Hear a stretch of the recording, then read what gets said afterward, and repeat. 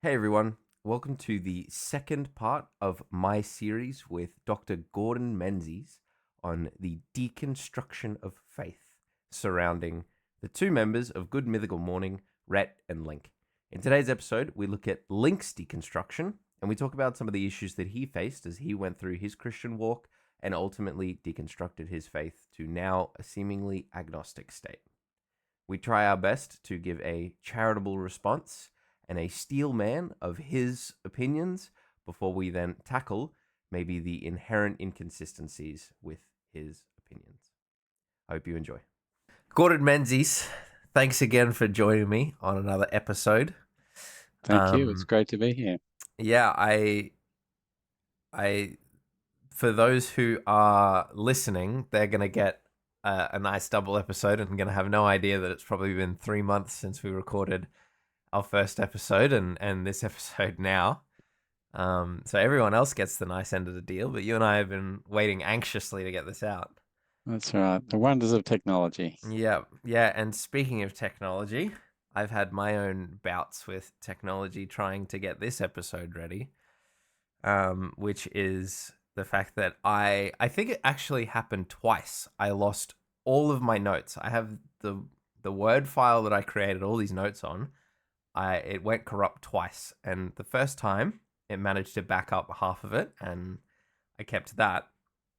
But then the second time, I found 2 days ago that it was all gone, and it was like 3 solid pages of notes of good writing that was all nicely categorized and ready for us to chat about. And I was going to send it to you, and we were going to have a grand old time putting it together. Mm. And then I checked the file, and it bombed out again. I lost it all again. So that was very frustrating. So I was up Yeah. until 11:30 midnight last night going back onto the live stream where I recorded my note-taking process before I had filled everything out. So I at least had the bare bones notes. And then I rewrote those notes onto a new file, and now I've roughly surmised those notes into 3 major points. So hopefully today we can use these scrawlings that I have to be able to put together a good defense of the faith. But we'll see how we go, I guess. Okay. I'm looking forward to it. So, um, last episode we would have done Rhett's deconstruction from Rhett and Link from Good Mythical Morning. And in this episode, we're going to do Link's deconstruction. So, once again, you haven't watched the video, but I have. And I took a whole bunch of notes and a whole bunch of direct quotes from him. And once again, my goal is to, hopefully, with your help, take the most charitable version of what he's trying to say. And then you and I are going to critique the situation. We're not going to. The goal isn't to like flame him or to flame his circumstances or to make him look bad or anything of the such. Our goal is to just take what he's saying and his circumstances and to create a defense of the faith for that in a way that looks charitable to what he's saying and doesn't, offend anyone or hurt any feelings. Oh, I'm glad you're saying that. I think that uh, it's pretty rare, but I think in any of these sorts of discussions, you owe it to someone you disagree with to present the best and most generous uh, um, representation of their views. I know that'll be a little bit hard, both because I haven't seen them and because of your technological woes, but we'll just make notes of any uncertainties that go along the way. Yeah, fingers crossed. Fingers crossed. So I want to start, Gordon, by telling you a story that he told everyone in the beginning of the video. Mm-hmm. So, lest I forget some of the details, I've written I've written the major points of the story here, but I'm not going to try and go into too much detail lest I, Sure. misspeak about the details. I just want to talk about the overarching idea of the story.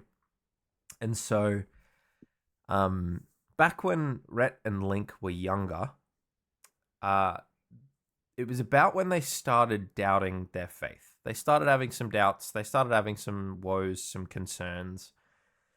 And so Link, who is the, um, I'd say the protagonist of this video and the protagonist of this story, he went out to a party one evening. And at this party, there was alcohol being served. And Link probably wasn't in the best state of mind. And so, for the first time in his entire life, I think he was in his, at least his mid 20s, could have been later. But for the first time in his entire life, he got drunk. And so, for him, and he knew, for himself and for Rhett, he knew that this was a really big deal. He woke up the next morning feeling incredibly guilty, incredibly shameful. He felt horrible on the inside, like he was just had committed a horrific crime. And the next morning, he went on a drive with Rhett. And when they were going on a drive together, Link told Rhett that he had gotten drunk. And Rhett's response at the time was he quite literally stopped at the side of the road, told Link to get out of his car, and he drove away. Now, thankfully, this story has a bit of a better ending. Rhett then later on stopped his car, turned around, came back, and gave him a big hug, right? But Rhett and Link both showed, one, Rhett was very clearly showing that he was extremely upset at the idea of his friend getting drunk, and he handled it in a way where seemingly he was seemingly it was quite an emotional upset response from Rhett. And Link was showing a lot of guilt and shame and almost self-depreciation over what he had done. And this story really struck me because a lot of the circles of faith that I have been in the past echo this idea of, in the Lord, you have no guilt and no shame. But somehow amongst the culture of the church or the culture of the Christians around them, somehow guilt and shame still manages to sneak in there. And it seems like it's snuck into the lives of Rhett and Link. What did they make of that experience? How did they interpret it? Experience is never just raw experience. It's experience of something. What did they make of it? Yeah, so for them, it was a case of concern, and I guess it was a whole mix of emotions, being upset and frustrated at the idea that they thought the faith made them felt like this about one another. So did they feel that their scruples was the point of the story? Do you think that their scruples about alcohol nearly divided them as friends, but then the car turned around, as it were, and they realized that that they didn't need to be divided over such matters? Yeah, I think that is the case, and I think the problem is that they've attributed that as a product of the faith. Mm. Mm. Yeah. Um, yeah, that's really interesting. It is interesting to know what kind of significance they put on that. But apart from that, I've just got a couple of thoughts there. I suppose,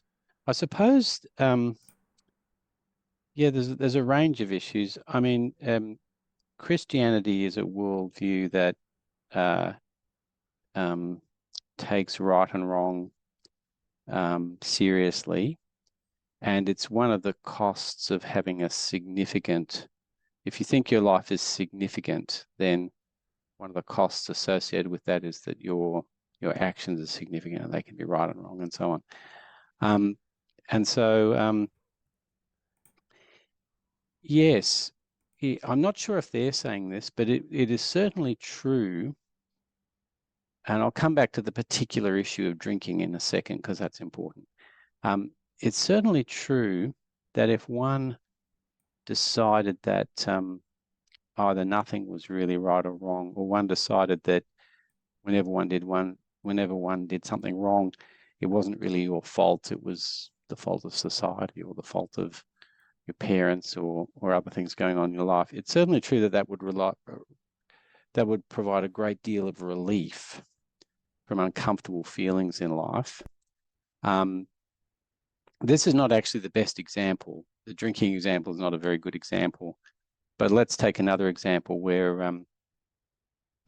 you got angry and you hurt somebody, or you did something that was, you really, in the light of day, you think is really, really bad. And I won't sort of go into examples, but there's all sorts of things that everybody, if they're honest with themselves, would rather die than end up doing.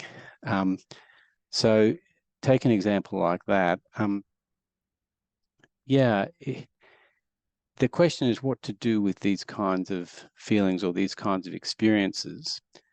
And Christianity, I think, paradoxically, as far as living it out is concerned, it doesn't stop you feeling bad, but it's on the road to somewhere. So I think that when you feel bad about something you've done, that, when you, at any time in your life, if you really sat down and thought about it, you would say it is actually bad. Anytime you've done something bad that you've done, the path to wholeness and healing isn't to minimize it, define it out of existence, so it's not bad. It's to actually confess it, which is the Christian response to doing something bad, which is to say you're sorry to God and to accept his forgiveness, which is offered through Jesus. So that's the sort of Christian journey. You don't stop feeling bad about things. You don't stop, I think personally, feeling guilty for a little while until you get on your knees. But you do learn to accept God's forgiveness, to forgive yourself after you've been on your knees. So that's sort of one response I have. Now, if they're not very well trained in that, then the Christian life could indeed feel like a horrible experience of continually feeling bad and guilty about things. Getting back to the issue itself, is getting drunk wrong? Well, I think the scriptures talk about it as something wrong. They certainly don't talk about enjoying a small amount of alcohol as wrong. I used to think that. I went to a church for many years that taught that Jesus' first miracle, which is turning water into wine, that it wasn't really wine. Yeah, and this is I've a heard very that. strange, Yep. interpretation, because if you read the story, Jesus goes to a wedding, they run out of wine, he turns all this water into wine. And if you read the story, the key people in the wedding party are very surprised when this great wine comes out at the end. And they say most people serve the good wine first and then the rotten stuff after everybody's had too much to drink. Well, that implies that it's alcoholic and that there's Yeah. some effect of them Yeah. drinking. Yep. So that was all very strange. I grew up in that sort of, in my Christian formation, I grew up in that kind of a church. And in the end, I decided that no, the Bible actually doesn't teach that it's wrong to enjoy a small amount of alcohol, but it does teach that it's wrong to get drunk. And it's always a good idea to ask why. And the scriptures don't actually explicitly say it. So this is an educated guess on my part. At one point in the book of Proverbs, it talks about wine being a mocker. And I take it what that means is that when someone is drunk, yes, we all know that you can be funny, but you also very easily can be degraded so that people can mock you. Certainly someone who's paralytic drunk loses control of, complete control of their ability to even stand up and so on. That's perhaps a bit of a diminishing of their humanity.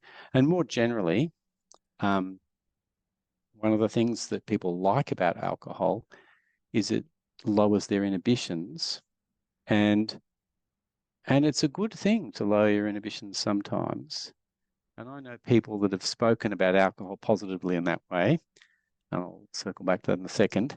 But one of the things about lowering your inhibitions is we can do both good and bad things with lower inhibitions. And so that's probably another caution about alcohol. With lower inhibitions, you might say and do things that you're actually ashamed of in the light of day, post hangover. I have a very good friend who speaks highly of alcohol and getting drunk. He's got ADHD, and he has a very particular way of relating to people, which is very no, hang on. I'm sorry. I'll take it back. I think it's more like autism. Has a particular way of relating to people, which means his conversation style is a bit rigid. And so he said when he gets drunk, he kind of It loosens frees him up up, a little bit. loosens him up a bit, and that's all good. My response to that is that it is certainly a good thing to loosen up and be good in conversation, but I just try and avoid an external mechanism to do that. I try and learn to do that myself. Final thing, and we all carry personal baggage with sort of stuff. My mother was an alcoholic for a while, and when she got very depressed in life, what had been a habit of just drinking a little bit to enjoy relaxing at the end of the day became a dependence. And so I myself, and I don't know whether the scriptures teach this or not, I myself am just cautious about taking any substance for an effect, like to relax or something like that. That sounds very innocuous, but I see a certain danger in that. Now, maybe that's just my life circumstances. Yeah, you've touched on a lot of really interesting things in that, because I think what you've said leads into, I guess, my summary of the heart of the problem. What do you So, think? we'll start on the. I guess what we'll do is we'll complete the circle. I'll start with talking about alcohol, and then we'll head back to. So my understanding is pretty similar to yours. So I think I tend to base my understanding of how the Bible talks about alcohol with a lot of the statements. I believe it's in Romans where it compares the idea of a drunkard to a lot of other I would say negative personnel or types, negative people types like thieves and so on. Yep. And that idea of someone who, if you think of someone who is a drunkard, someone who's maybe constantly fueled by alcohol and they're rowdy and they're difficult to look after and be around. And so I always see that as the crux of the problem with alcohol.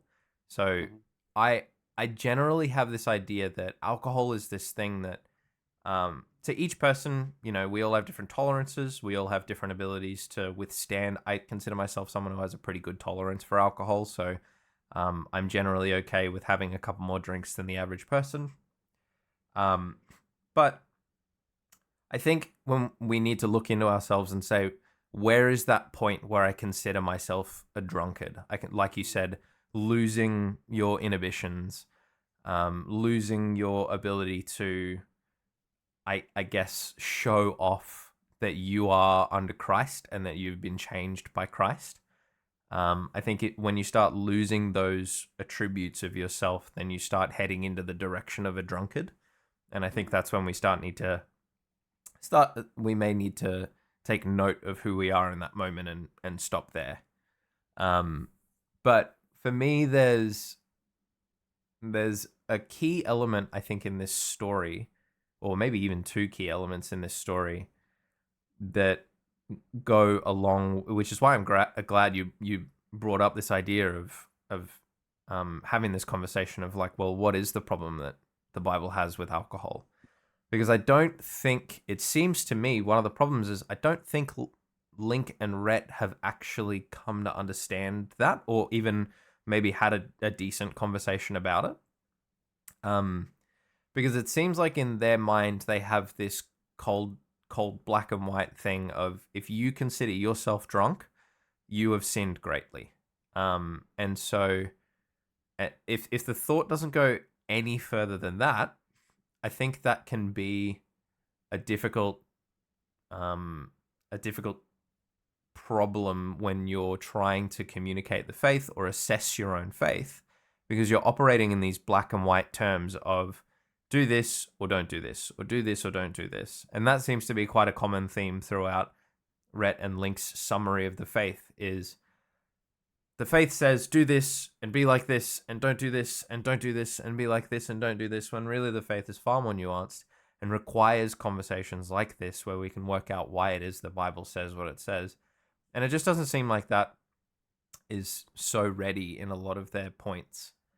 But we'll get to that in a minute. The second thing is that I have a concern with both of their reactions um, to this event, and I'll read you this other little note that I took. Link mentioned that he had a whole bunch of diary entries talking about how he was just apologizing and sorry all the time for not being good enough and sinning. Now, in my mind, this shows actually a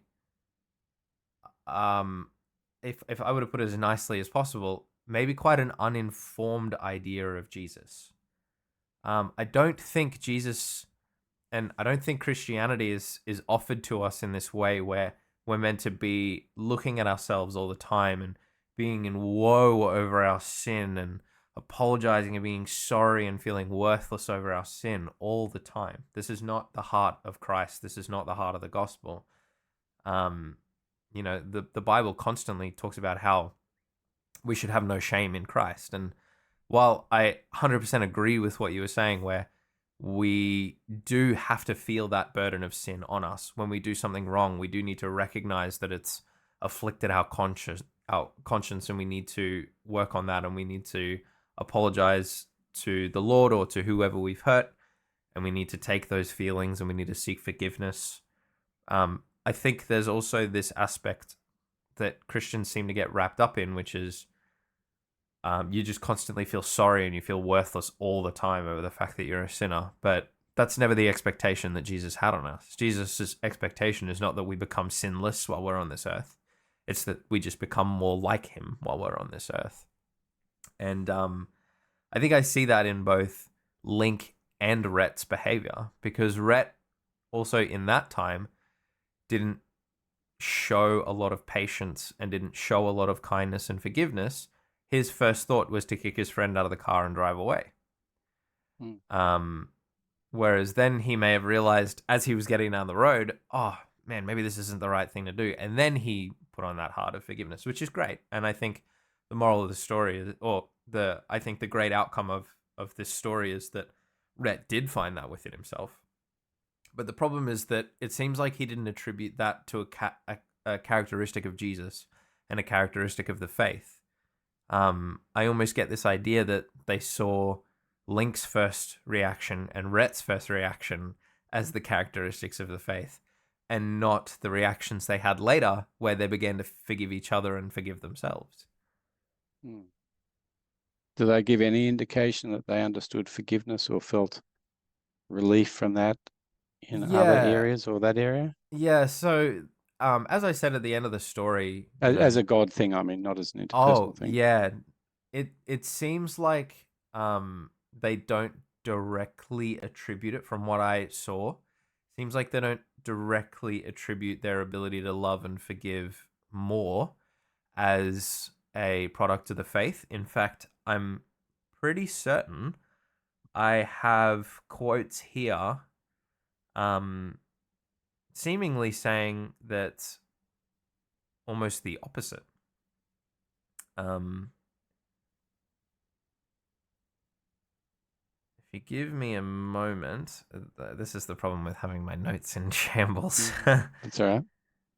um, Just while you're looking for them, I'll make a quick comment about something you said earlier about how the drunkard doesn't show forth, being in Christ for a Christian, which is the phrase, as we know, of a Christian who's in relationship with Jesus.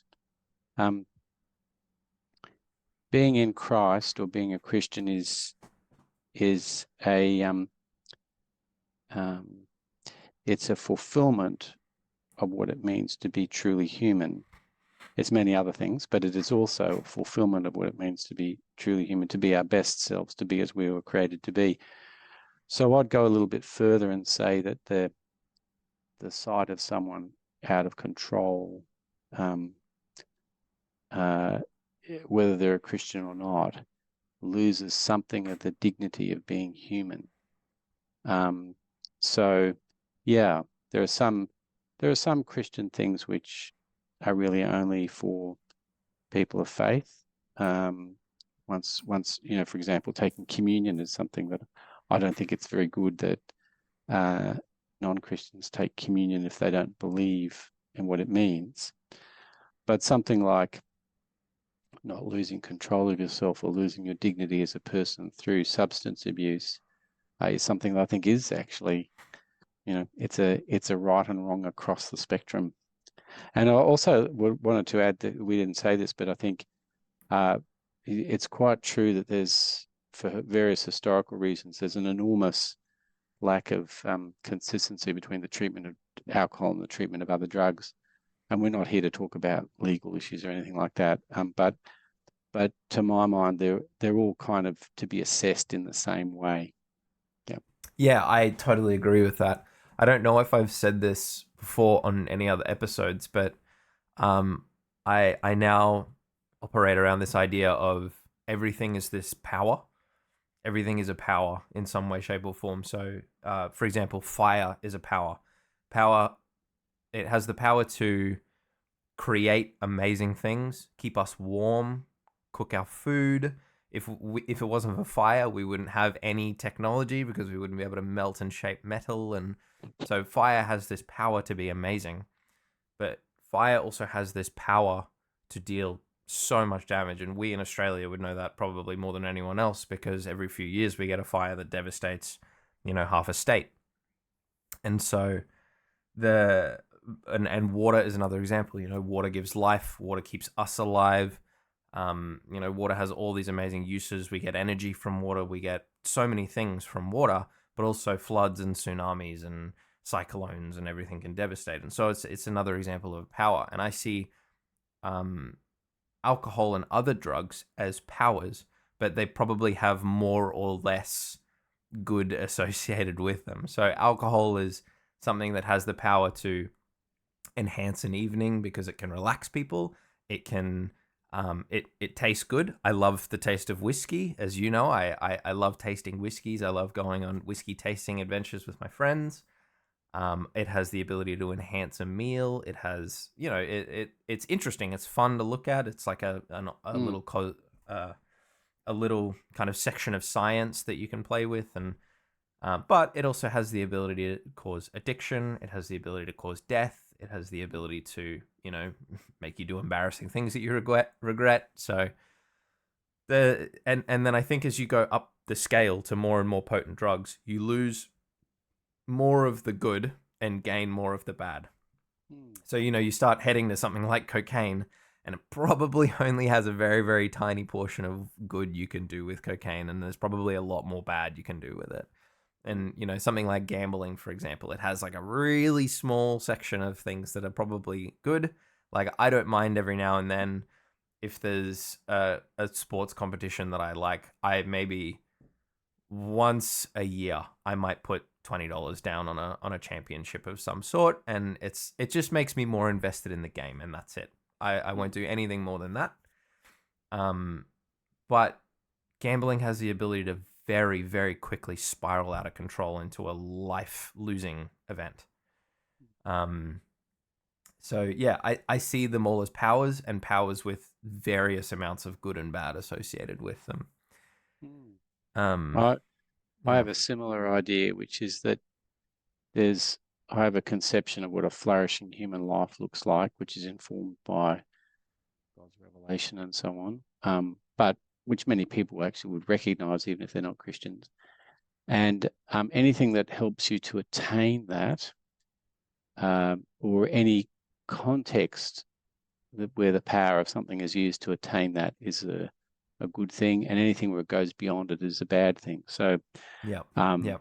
in the case of opioids, for example, I could take heroin and live a life kind of completely bombed out of reality and euphoria, which would take me beyond what I think a flourishing human life is. But if I was terminally ill and I was given opioids to manage an extremely painful end, then it seems to me that that would be allowing me to flourish in very limited circumstances, but flourish as much as I could.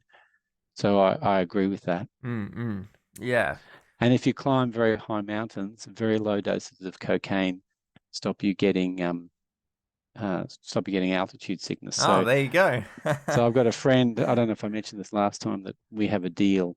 Um, my friend became a Christian later in life, and he has occasionally, at functions and so on, indulged in lines of cocaine. Now, I went to the Inca Trail and I climbed that, and every morning the people who were carrying our stuff would give us a drink which had cocoa. I'd never know. I always get cocoa. I get the All cokes of the, mixed up. yeah, there's like But four, anyway, isn't there? Yeah. these had these leaves which were very low doses of cocaine, and we would drink that to help us just help with altitude sickness. So I have a deal with my friend that I'm going to go dry on cocaine if he does. So far we've both stuck to our deal. Good stuff. Yeah, so I think the fact that you and I have had this detailed conversation is, it actually helps to show what I think was missing in the relationship that Rhett and Link may or may not have had with Christ and with each other, right? Mm. The I think you and I, in this moment of, we've spent maybe the last 15 odd minutes talking about their story and talking about maybe the ideals that should have been formed around that story instead.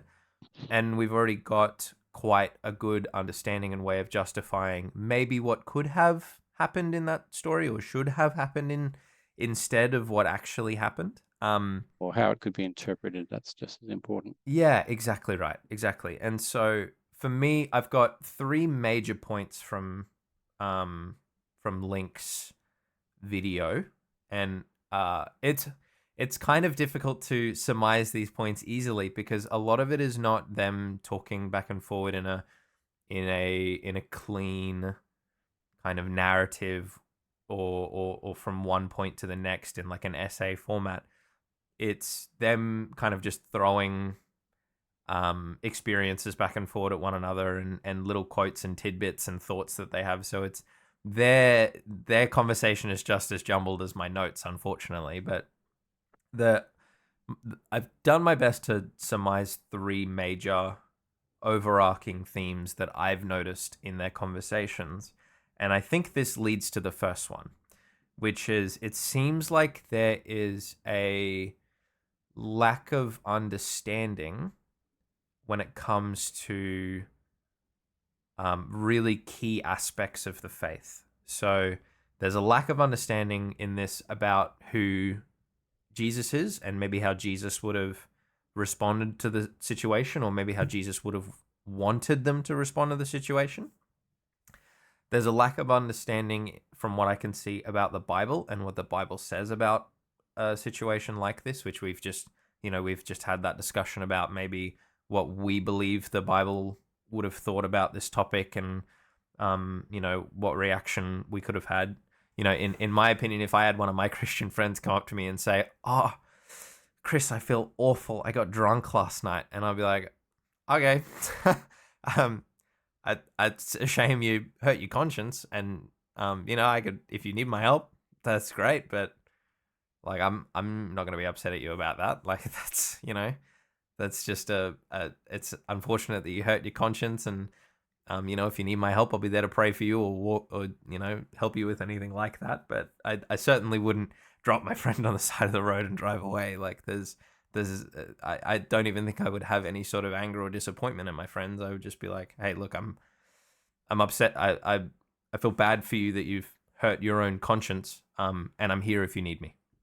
Mm. And I think in my mind, knowing what I know about Christ and knowing what I know about the Bible, I think that's far more in line with maybe how Jesus would have responded in that situation as well. And so, yeah, that lack of. Can I add Mm, something in there? mm, The thing about Jesus is that he won't ask you to get out of the car for anything. Now, the story you just gave of someone getting drunk, um, that's one thing. But another issue in this story is the severity of the wrong, if you like. Now, I think if we're honest with ourselves, there are things that people do that all of us would be very tempted to ask someone to get out of a car. yeah, Sorry, I don't know if I said that right way. There are certain things that could be done that if your friend did them, you'd be very tempted to ask them to get out of your car. yeah, yeah, And I won't lower the tone of this program by mentioning the worst things, but yeah, there are yeah, things that are so bad yeah, that that the problem isn't solved just by noting how trivial the offence is, as it were. It's actually there are things that are so bad that I think many of us would be, even if we didn't ask someone to get out of the car, we'd certainly feel very negative towards them. mm, Now, I think there's an element of goodness in that. I think that whenever anybody does something bad or whenever we do anything bad, part of being a moral person is to feel some discomfort about that. But the amazing thing about Jesus, as you've hinted, is that he won't ask you to get out of the car for anything. yeah, And the worst things that you can imagine, um, he won't ask you to get out of the car for it.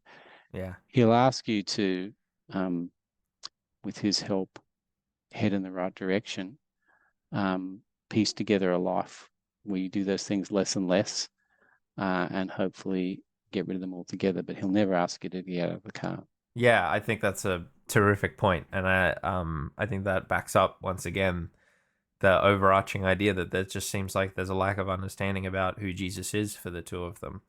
They see him as this, I guess, like overbearing landlord who comes in to make sure that that the house is clean and that they're not sinning and they're reading their Bible and they're praying every morning and they're going to church 2 Sundays a week or something like that to make sure all the boxes are ticked.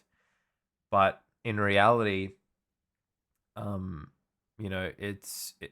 Jesus is far more like the loyal brother or the loyal friend who, regardless of what state you're in, will come to you and pick you up and dust you off and clothe you and help you and attempt to get you back on the right path again, no matter what you've done and no matter how you've done it. Mm. Yeah, and I think that's an unfortunate lack of understanding of who Jesus is. Yeah, yeah, I agree. There's a lovely, there's an aphorism, a small, a pithy phrase, which goes that Jesus loves you just as you are, and he loves you too much to leave you as you are, because Mm, we've all got things that could do with changing. yeah, yeah. There's an analogy from C.S. Lewis that I love where he talks about how a dog isn't lovable in and of its own state. It's lovable because of what it becomes when we train it and Mm. when we raise it into a true companion and a true best friend to man. Mm. So I don't normally say I disagree with C.S. Lewis, but I think God loves people even when they're untrained dogs. oh yeah, of course. Yeah, of course. Yeah. Yeah, we got to be as charitable as we can to C.S. Lewis in that case. We do. He We did do. live in a different era to us. So the second overarching point, and I've got a few quotes that I feel like back this up, is a lack of willingness to submit to truth. and to Jesus's commands. So, a lot of Rhett and Link's conversation of who they are, at least at the time of the recording, is we're now agnostic or hopeful. They call themselves like hopeful agnostics, or they want to be hopeful that there is a God that they can be in a relationship with. Or I've got a quote here saying he wants to be open to how God may exist and how he may want to connect with me. Um, Things like he's not looking for the next thing to latch onto and follow is another quote. And if God exists, I want to be open to that connection. Yeah, and so these are a lot of the quotes that I'm pulling out of the video, and for me, this is this shows a lack of willingness to submit to Jesus and to seek truth, because they're saying they have this openness for a connection with God, whatever God may look like. But from my perspective, an openness in that would look like an active seeking for and looking towards those truths and those realities that they claim they want. So rather than saying, I am open to the idea of this connection with God and a God that wants to know me, and then further deconstructing their faith, I think it would probably look more like seeking truth within, or seeking scripture, or seeking God as much as they can to find the truth in that journey.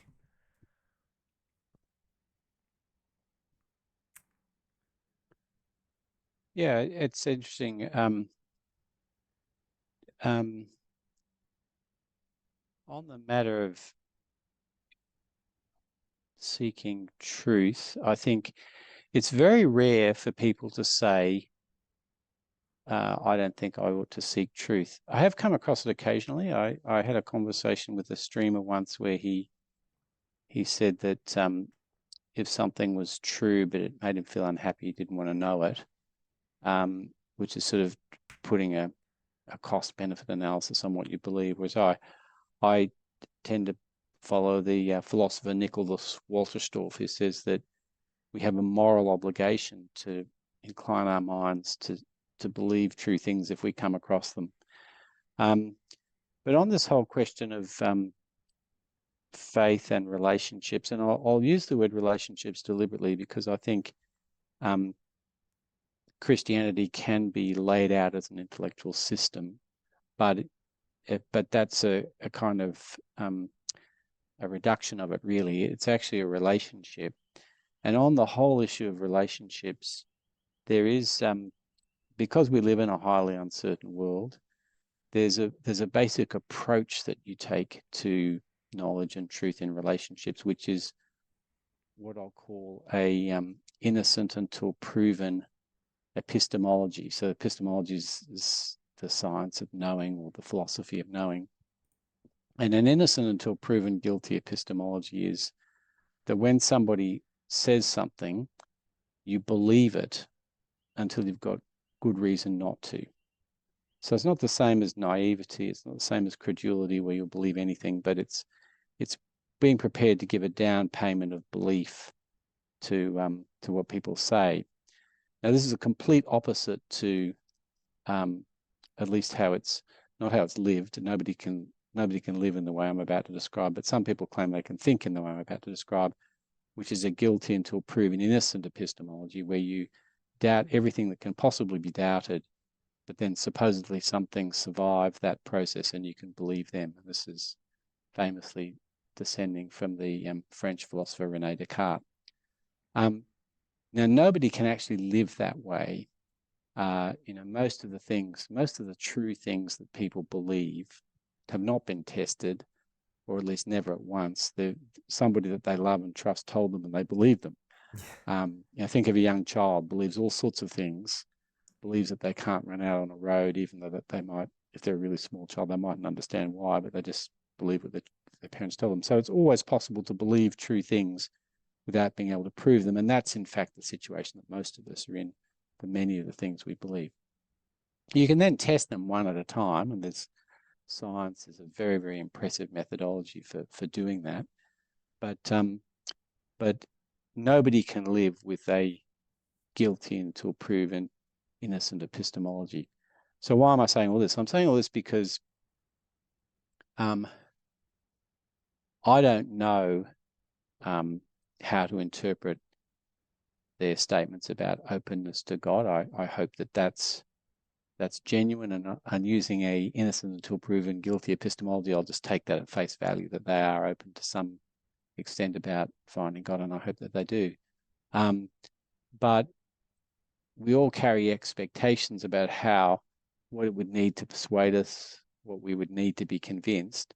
And it may be that they have gotten into this idea that even though they don't use it for any other area of their life, in religion, they're going to doubt everything that can possibly be doubted until something can be proven. Mm. And if that's what they mean, and I don't know that that's what they mean, if that's what they mean, then sadly, Christianity is offered to us in terms of a relationship, and it does take a down payment of trust. That's not the same as being naive and stupid. You can test some Christian claims, particularly about Jesus' life, his resurrection, and so on. But it is not. You won't get very far by doubting everything that can be doubted in Christianity, and you won't get very far in life as well. Yeah, and there's it's handy that you brought that up, because this leads nicely into the third overarching thing. So I might state what that is, and then we can just talk freely amongst all three ideas, which is that I feel as if from a lot of the points that I've drawn out, that they have deconstructed the faith either too far or incorrectly. And these are my three sub points, I guess, is because of one issue with the faith, something that they don't like, it seems like they've deconstructed too far, and then therefore said, because of this one thing, I actually cannot follow Jesus. Or maybe not even because of this one thing, but because of these speckled ideas here and there, it could be a multitude of things, I cannot follow Jesus. Another idea that I feel like I've gotten from there, and I'll find some quotes in a minute after I finish these points. Shall we just pause on that one for a second? Yeah, that may be two comments. It may, and I don't mean this to sound patronizing, it may be a function of being young, because it takes quite a bit of adjusting to the idea that all worldviews or all lives that you can live have problems that you can't resolve very well.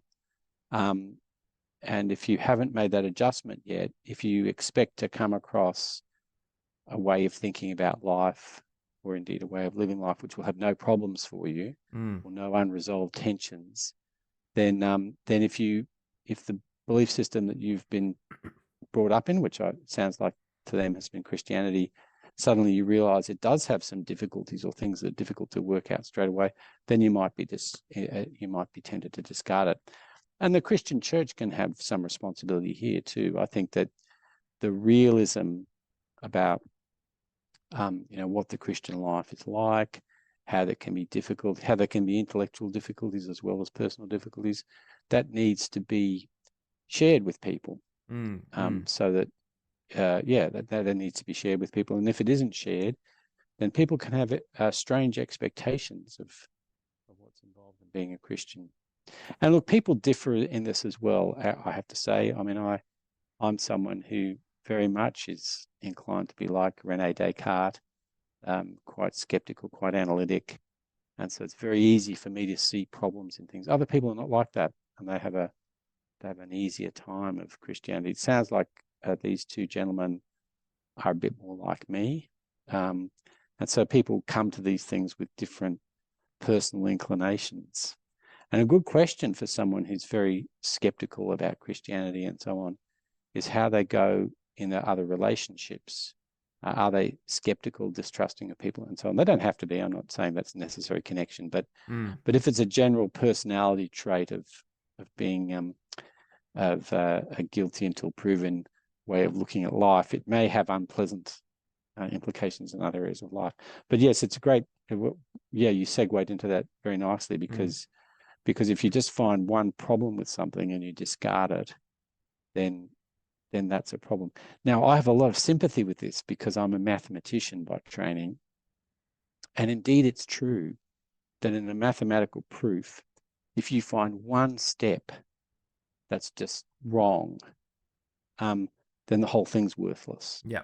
So there are certain realms of knowledge where the one thing wrong test works, but it just doesn't work with life generally and relationships. I've had to learn the hard way. Yeah. Yeah, there's I think I would also fall into a similar category. There's for me, I am not as academic as you are, but I think I'm probably more academic than most. And there's a part of me that always, whenever I hear an opinion or an idea or a belief system or any, derivative of such, I will immediately run through my head of this doesn't sound likely because of this, this, this, this, and this. Or how could I possibly disprove this? How can I test this? Yeah, Yeah. exactly right. And I think the idea for me that comes to mind that keeps me, I guess, constantly thinking about Christianity and Jesus as the truth is that when you're faced with a multitude of potential answers to one problem, maybe we could even do this in like a mathematics sense, right? If you have a multiple choice question, um, and you don't know exactly which one is the answer, you could probably use a few formulas and a few tests to work out which one is the closest to the truth, right? Mm. If you have what is 5 plus 5, and then you have, 10, 20, 50, and 100 as your answers, you could probably look and go, well, I have two single digit numbers. So there's probably a very small chance it's a 3-digit answer, right? So let's get rid of 100. And then you go, okay, 50 and 20 are really big numbers for two little fives. It probably is 10, that's kind of, you can use that sort of rough logic to arrive at the answer, even if you somehow don't know what 5 plus 5 is. And so in my mind, there's part of me that says I believe Christianity is the truth because the more I seek the Lord, the more I feel like I'm opened up to the realities of this world, which is the, you know, just testing something to see if it's true method. But then I think there's also the elimination of the other possible options, which is another method that I, in my head, validate Christianity. I look at all my other options of belief, like either atheism or agnosticism or even other realms of religion, and I don't necessarily just say the more that I test Christianity, the more that I believe Christianity is true and leave it at there. I also look at it as like the more that I grow in wisdom and understanding of the world, the less I agree with all my other options. Mm. Mm. Yeah, there's a kind of agnosticism which says I don't personally know what the answer is to something, and that is a tenable position. Although I'll say something about that in a second. But the kind of agnosticism which says one can never know Mm. whether Christianity is true, for example, that's an absurd position because um, one would need to know a great deal to know that one can never know. One would need to be almost godlike in knowledge to be able to know. It's one thing to say that you don't personally know something, but to know that um, it is impossible for anybody else to know something's true, or to know that it's impossible that a God could exist and could actually tell people things. that could be true, that they could believe, even if they can't prove them, in much the same way that a parent can teach a child, hold my hand near a road, don't run out, even if the kid doesn't know what a car is. That kind of agnosticism is very, very weak intellectually. Yeah, I'm the same. I've never been much interested in other religions. If I was not a Christian, I'd be an atheist. That's the one I've always had the greatest pull from. A couple of times in my Christian life, I have nearly dropped into atheism for interesting reasons. The first reason was that a minister who I had trusted and talked to about a few problems made a sexual advance to me. And so that was like a personal crisis. I'd been disappointed by a Christian, and by implication, God was somehow implicated in that in my mind, which was a mistake, but that's how it worked for me at the time. So that was one source of doubt and unease with Christianity, as it were, a personal crisis. But then at the end of university, I had friends who gave up, a friend particularly who gave up his faith, and that was more of an intellectual challenge. Interestingly, after 20 years of atheism, he came back, but at the time, of course, I didn't know that. And some people don't, of course. Yeah, so there's all sorts of reasons for doubt, but I think if I wasn't a Christian, I'd be an atheist. Yeah. And that's largely because I feel the force of scientific counterintuitive explanations, that through the process of science, people have found a lot of truths that are counterintuitive. And so what people often then go on to do is discount all human intuitions about the importance of relationships rather than just being a statistical accident. They discount all kinds of intuitions that people have. There's some immortal life. These are just discounted. And so what goes along with the scientific worldview is often a ruling out of the value of human intuitions or experience. Mm. Mm. Yeah, the speaking of the doubts that you were talking about, to continue with this theme of I'd say deconstructing an incorrect faith incorrectly is What do you mean by doing it incorrectly? well, oh, actually no, you're right. It may not be an incorrect way of deconstructing the faith, but um I guess maybe the way that I would rephrase it is that this is an incorrect deconstruction because the ideas they're deconstructing are not correct in the first place. Is maybe the way that I would rephrase it. And to talk about those doubts, I've got some of the doubts that he.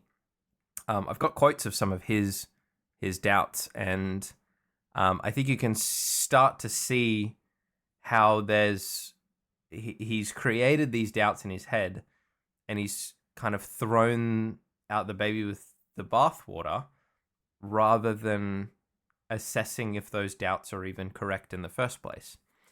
So I'll Whether fire. they've, for want of a better phrase, since we used it earlier in the program, whether the version of Christianity they're doubting is the best and most generous Yeah, representation yeah, that they exactly. can come up with. Yeah. Yeah, exactly right. So I think what I'll do is I might rapid fire a handful off, and then we can just talk about either some of them Okay. specifically, or we can talk about the idea as a whole. So I've got some quotes here saying the stuff in the Old Testament can't be literal. Now he didn't say how they can't be literal, mind you. He just said that was like a concern for him. He goes on to say, "You worship a god that did frightening things." I could probably steel man what he's trying to say there, but we'll get to that in a minute, because he didn't really give an example of those things.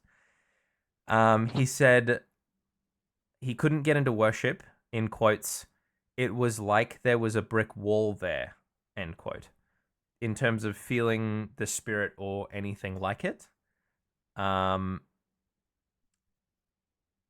He then goes on to say that, in quotes, problems had much simpler explanations, like death and disaster, end quote.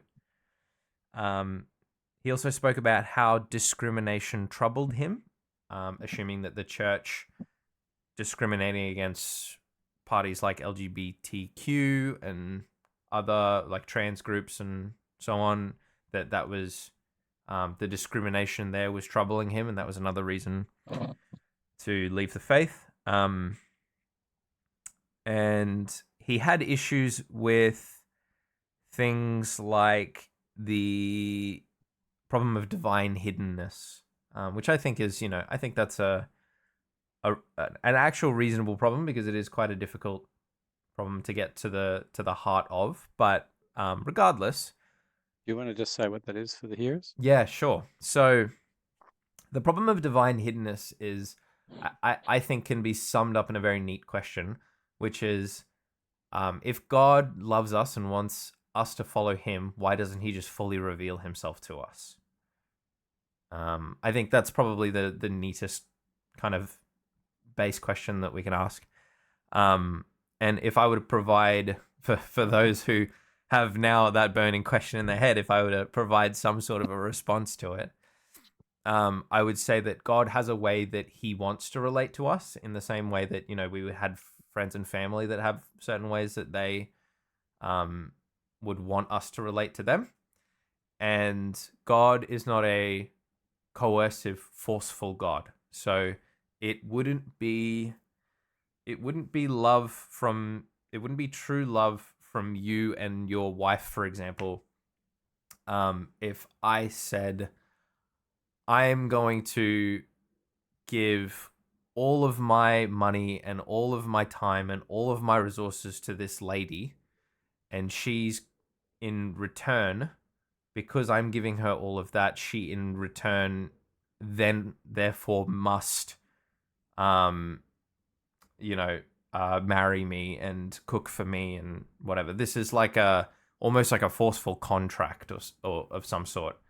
Or if I maybe instead took a woman that I fancied and isolated her from the rest of the world, and it was just me and her as far as she was concerned in the entire world.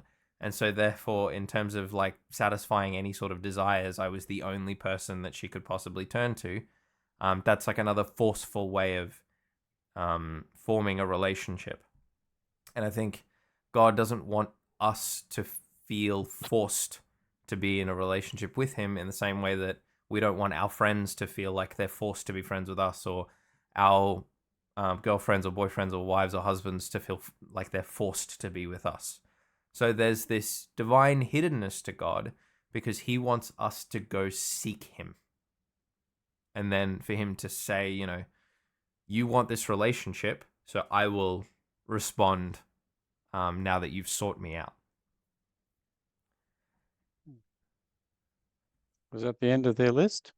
That certainly wasn't the end of the list. That was just the major points that I found. And I guess, yeah, the for a lot of these points, and I'm sure as I was listing them off to you, there was a lot of these points. I feel like if someone were to spend, um, let's say you take a month to just calmly stop and dwell and maybe do a bit of research here and there over the course of the month to explore that one topic, you'd probably be very surprised at how quickly you would be able to develop quite a good understanding of the problem and be able to find incredible answers that people, huge theologians, or even someone like C.S. Lewis, who I feel like he's got an answer for almost everything at this point. There's a lot of resources that if you take even just a week to go and find the correct resources, it really doesn't take long to arm yourself with a few common arguments against these problems. Yeah.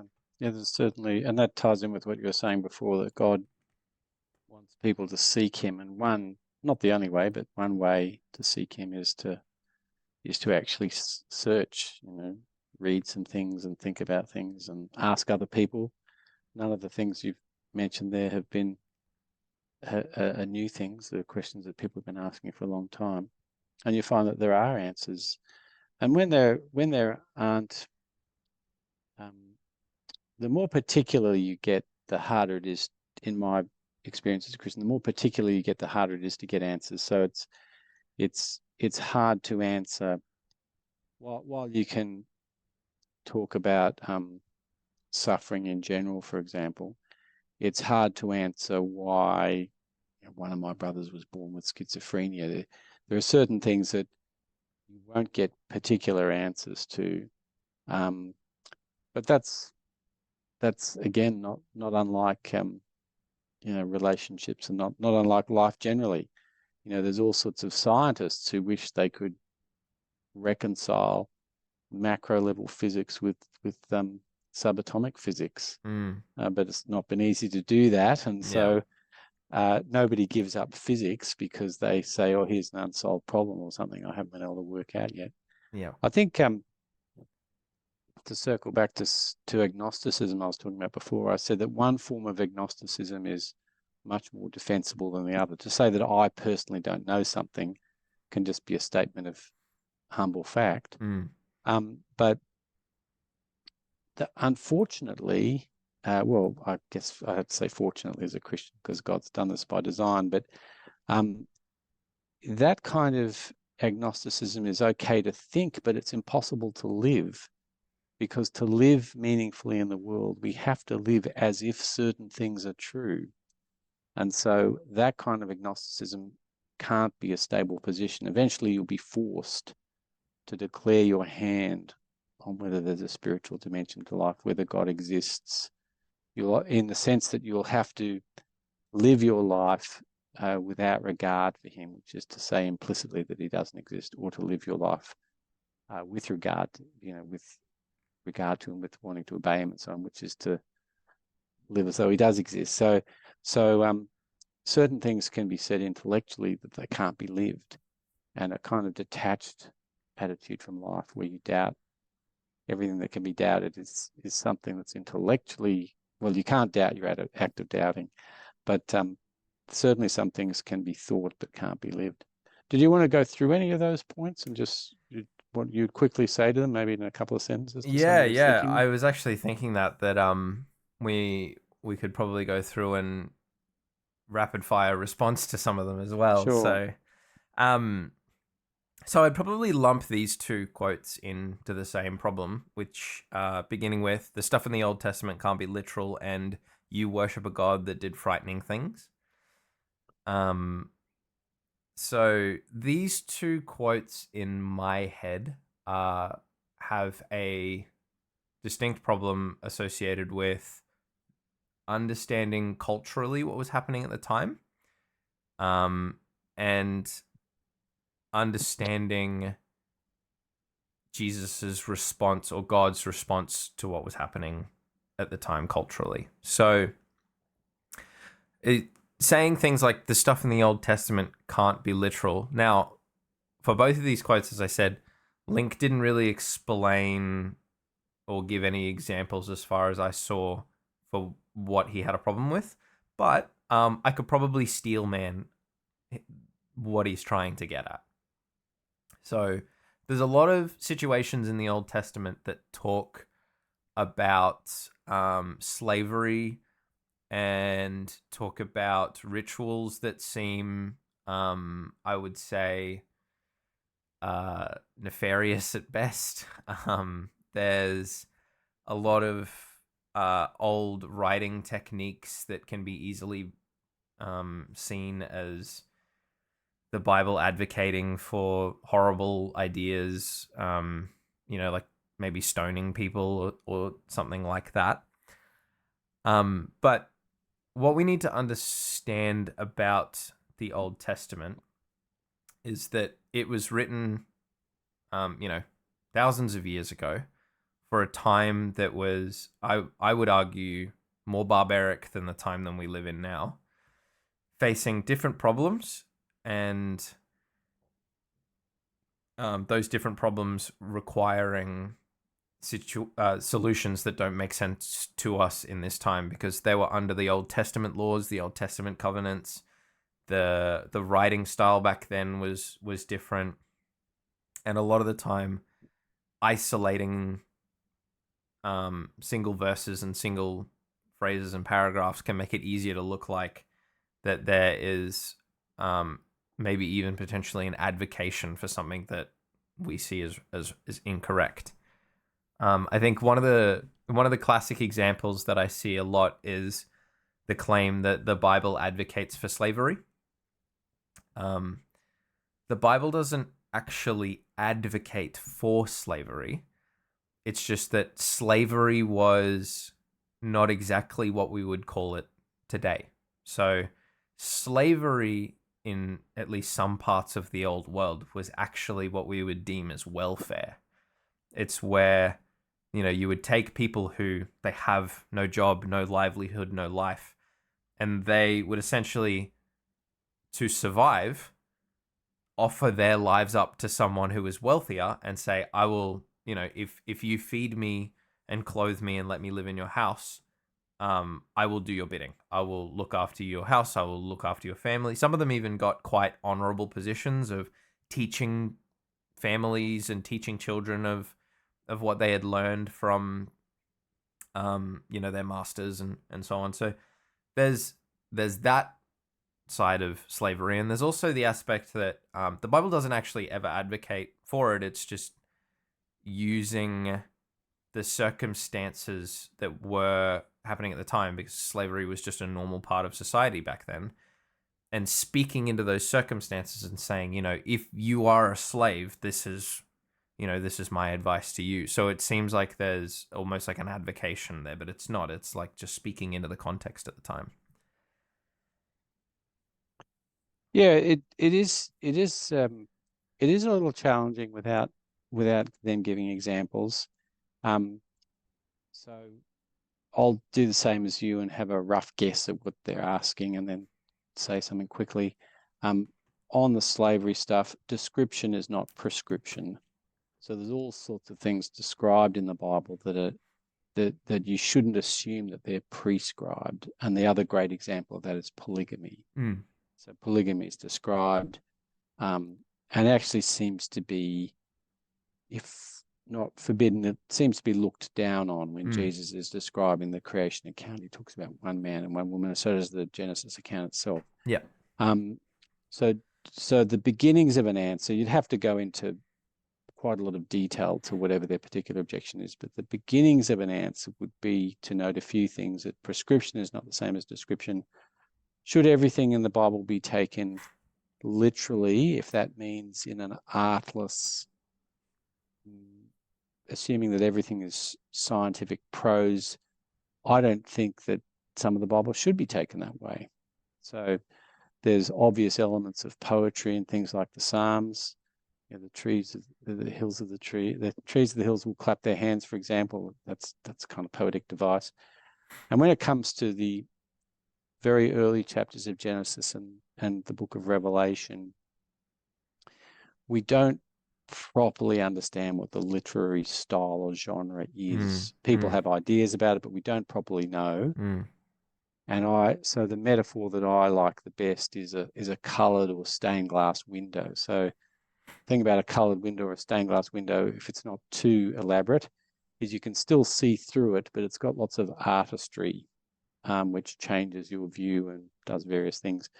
And I think some of the early chapters of Genesis may be like that, Mm. there are historical events described, but among a lot of artistry, which it might be a mistake to think that they're scientific descriptions. Yeah. Um, Yeah. so description is not the same as prescription. Some things in the Bible were not intended to be taken literally by the writer, so therefore they shouldn't be taken literally by us. Mm-hmm. But having said that, I'm not denying that there's things in the Old Testament which are troubling, and one can give various um, thoughtful answers to these which are helpful, but there's certainly some mystery. And just like there's difficulties in understanding particular things about my life, like why I have a brother who's born with schizophrenia, there are things in the Old Testament that I find difficult to understand why God particularly did this thing or that thing, or why he acted in a certain way. Mm. But it's all seen through the lens of Jesus. So Jesus is the complete representation of God. I love the quote by former Archbishop of Canterbury. Um, God is in Christ. Yeah, in God there is no unchrist likeness at all. And so if you really want to get a good reading of what God is like, well explained, look at Jesus, and what you find there uh, will help you to a certain extent to understand the Old Testament. But for me, there's still some mystery there. Yeah, yeah, perfect. The other half of that is the second quote, which is, "You worship a God that did frightening things." Um, this quote Yes. has always this idea. So once again, there was no explanation, but I have heard this idea quite a bit, and I believe it's usually talking to the Old Testament, where God would strike down a lot of people, kill a lot of people, a lot of armies, or flood the earth, or yeah, send fire to rain down on groups of people, and that seemed to be something that happened a few times in the Old Testament, in particular. Um, if I were to try and steelman his argument, that's what I assume he would be talking about. Is those instances in the Old Testament where God seemingly strikes down large amounts of people and kills a large amount of people. Now, I if I wonder. I wonder whether he means the question. So it's frightening things is open to a bunch of interpretations, because the fright to be frightened is something that's the response that you have. The question is, what is doing that? Is it that is it just a need to feel safe all the time? mm, And if that's what's being expressed, well, Christianity doesn't provide that, but life doesn't provide that. yeah, Um, an obsession with safety, um, it can be a very damaging thing, actually, because all sorts of situations involve risk, and some risks are worth taking. So if that's meant, then that's a deeper problem than Christianity, actually. mm, But if he means that he's frightened because God appears unjust, then that's a question about God's justice, mm. and these are different things. I Yeah, mean, if you have a good, if you see God through the lens of Christ and think that God is good, then His power and His displays of power are actually something that should comfort you. mm-hmm. Um, so yeah, that's what came to mind when I heard the word frightening. Right. Yeah, I think I usually default to the point that I made earlier. I'd say it's because, from my experience at least, it's the most commonly brought up example of God doing something that is frightening or scary or Mm, concerning. mm, Um mm, so I guess from my perspective I would answer that just based on statistically what I've experienced. mm, And what a lot of people seem to, and this goes back to that idea of sort of not really doing the research, or not doing the like you would say, due diligence of seeking as much truth as you can before, fully questioning a claim.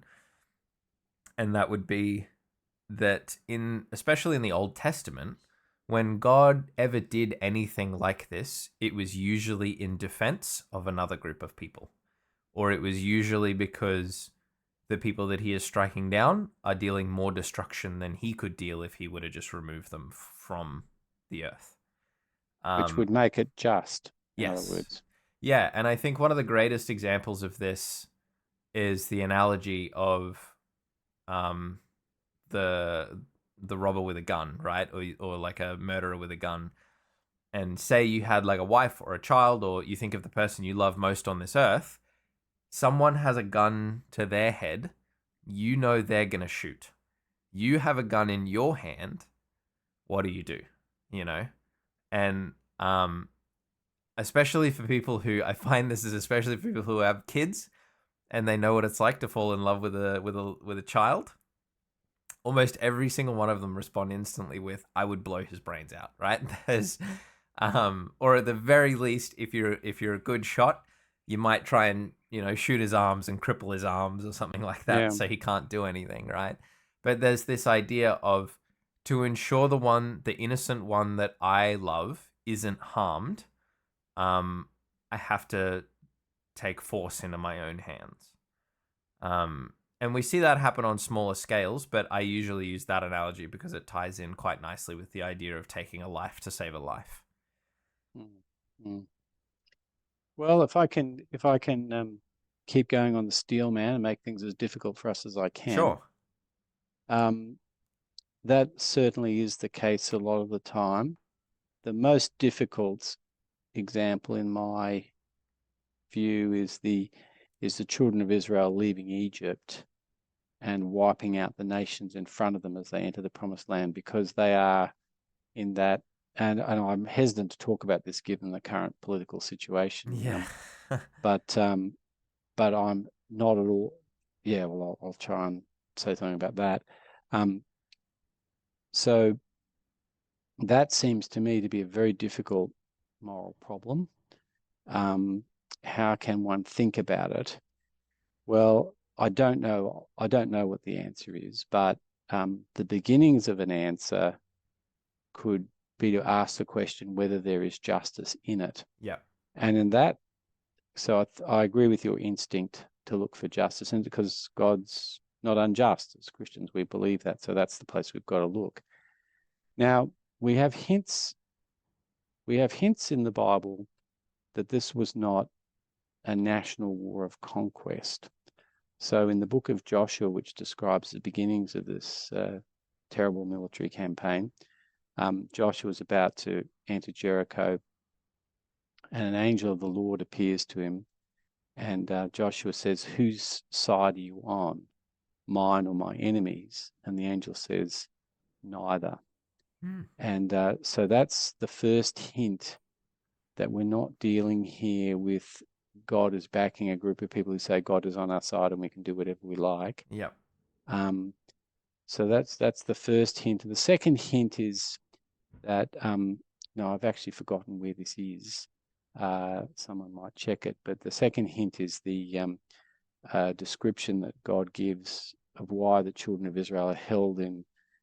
For those who don't know the story, the, the father of, or the patriarch of the children of Israel, Abraham, has a number of kids, and they eventually, the descendants all end up in Egypt, and then God takes them out of Egypt and takes them back to the land which they conquer militarily. Now, God's explaining why the children of Israel are, as it were, stuck in Egypt for such a long time. And he says the iniquity of the Amorites has not been filled. And this is a second hint that the when the children of Israel go into this land, they're not simply a country conquering another people and killing everybody. They're actually administering divine justice. Now, I put this to a friend of mine once who's German, and I said, "Look, um, how would you feel?" He's an atheist, so but I had to ask him to be imaginative. I said, "Look, supposing there was a God, and at the end of the Second World War, some of the mistreatment of German people by Russians and some allies too um, was an outworking of divine justice because of the terrible things the Germans had done as a group of people during the Second World War." And he actually thought, "Oh yeah, that would make sense to me." Hmm. So that's a very extreme example. Um, but as a Christian and seeing God through the lens of Christ, I have to believe there's justice in it. And so there has to be some kind of explanation that is actually just. Um, just on the current situation, I'd say that there's no divine mandate um, in place at the moment, in my view. And so everything I've said there is completely irrelevant to the current situation. Yeah, yeah, I agree. I'm obviously um not that I have a fully formed opinion yet on the matter, even though I've done quite a bit of research. I'm never going to apply the immediate idea that there is some sort of divine, like you said, divine mandate or something over today's circumstance. So And yeah. since we've dragged ourselves into where we probably shouldn't have go, I'll just say something else, which is that actually there's a number of divine mandates about the children of Israel and in the land of Israel, which have gone both ways. Yeah. And so that's why I don't have any confidence about a divine mandate now. So Mm. there's the promise to Abraham to have the land. Then then they get thrown out Mm.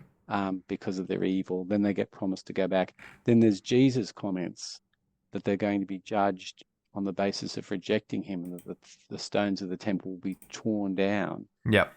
Now, where does that leave us now as far as the Jewish people and God's purposes go? I have no idea. Mm. And so I think, yeah, I certainly don't think there's any clear way of reading in a divine mandate. That's Yeah. just Yeah. my opinion. Yeah. Um. And it's in the history of Christendom, um, of course, Christians have gone both ways on this. So there have been times when Christians have been very anti-Semitic because of Mm. the comments about divine judgment on the Jews, and I don't want to be like that. And then there have been times when they've been very pro-Israeli and Zionist and so on, and supported things, and I don't want to go there either. So Yeah. so there we Yep. go. Yep. That's That's that's another fine with 5 me. podcasts on Yeah. that. Yeah. Okay. That's fine with me. I wanted to talk about. I think this is probably a good, maybe final quote and idea for us to explore, because this seems to be a little more prevalent in both videos as something that I think this is quite prevalent, to be honest, in a lot of people's thought life, even for people who became Christian. Um, which is the idea that just because something is simpler and easier to understand does not make it any more correct than the more difficult and I would say the explanation that requires more research and understanding um, to be able to fully grasp, right? So one quote that he has here, which is, problems had much simpler explanations, like death and disaster. Now, things like death and disaster, um, they do have. I to be honest, this is I'm spilling my heart a little bit in this one. One of the strongest arguments, in my opinion, against religion or the faith, from my perspective, is the problem of pain. I think the problem of pain is a very difficult thing to reason with, even as as a Christian, even for people who are well into philosophy and Christian critical thinking. It's always something that's quite difficult to wrestle with. So I'm certainly not calling Rhett or Link lazy or anything of the such for not being able to find good Christian perspectives on this problem. But that's not to say that those perspectives don't exist. And rather than simply addressing the idea of death and disaster, I think I want to address the first portion, which is problems had much simpler explanations.